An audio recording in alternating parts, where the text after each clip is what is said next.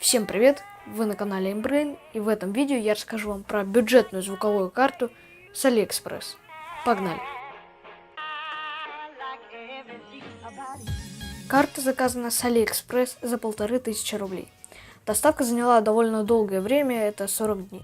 В коробке находилась сама аудиокарта и провод мини-USB, а также диск с драйвером. К слову, на Windows 10 драйвер без проблем установился автоматически. Но я хочу сказать, что упаковка сделана очень неплохо. Рассмотрим саму карточку. Ее корпус выполнен из металла, карта довольно увесистая. Спереди расположен красный индикатор работы, сверху 4 кнопки. Это отключение аудиовыхода, отключение микрофонных гнезд и кнопки управления громкостью. Слева оптический вход и выход, справа 2 входа для микрофона, и сзади расположены все основные порты. Это линейный вход, линейный выход, аудиовыходы для подключения аудиосистемы 7.1 и порт USB Type-B. Подключить звуковую карту можно с помощью AUX кабеля, либо с помощью USB кабеля. Однако питаться она в любом случае будет от USB. Рассмотрим главный аналог вот этой звуковухи.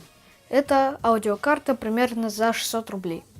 Итак, в чем преимущество моей карточки? Во-первых, она может выводить звук 7.1, в отличие от звука 5.1, который может выводить дешевая карточка. Во-вторых, у звуковой карты за 600 рублей для подключения используется вход мини-USB. Как мне кажется, он менее надежный, чем USB Type-B, установленный в моей звуковой карте. Ну и третье, это самое главное, качество звука. Судя по отзывам, у дешевой звуковой карты оно не очень хорошее.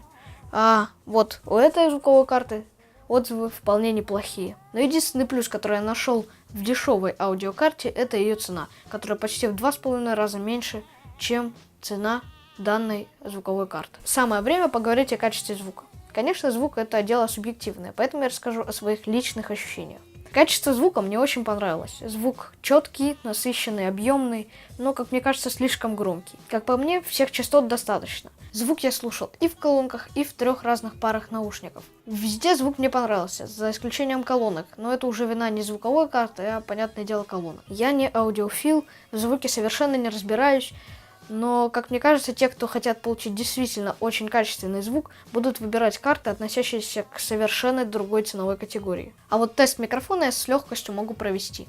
Я буду записывать параллельно звук на Zoom H1 и на звуковую карту с помощью программы Adobe Audition. Итак, в данный момент запись ведется на микрофон Zoom H1 и параллельно на мой компьютер с помощью программы Adobe Audition.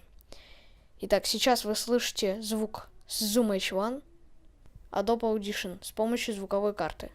Zoom H1, звуковая карта. Итак, я думаю, качество вы можете оценить сами. В общем, звуковая карта мне очень понравилась, как по звуку, так и по качеству сборки. В ней я нашел только один недостаток – это громкость звука. Спасибо за просмотр, оценивайте видео, пишите комментарии, подписывайтесь на канал. Ну а я напоминаю, что те, кто подпишется на мою группу ВКонтакте и сделают репост записи с этим видео, получат лайк на аватарку. Всем пока!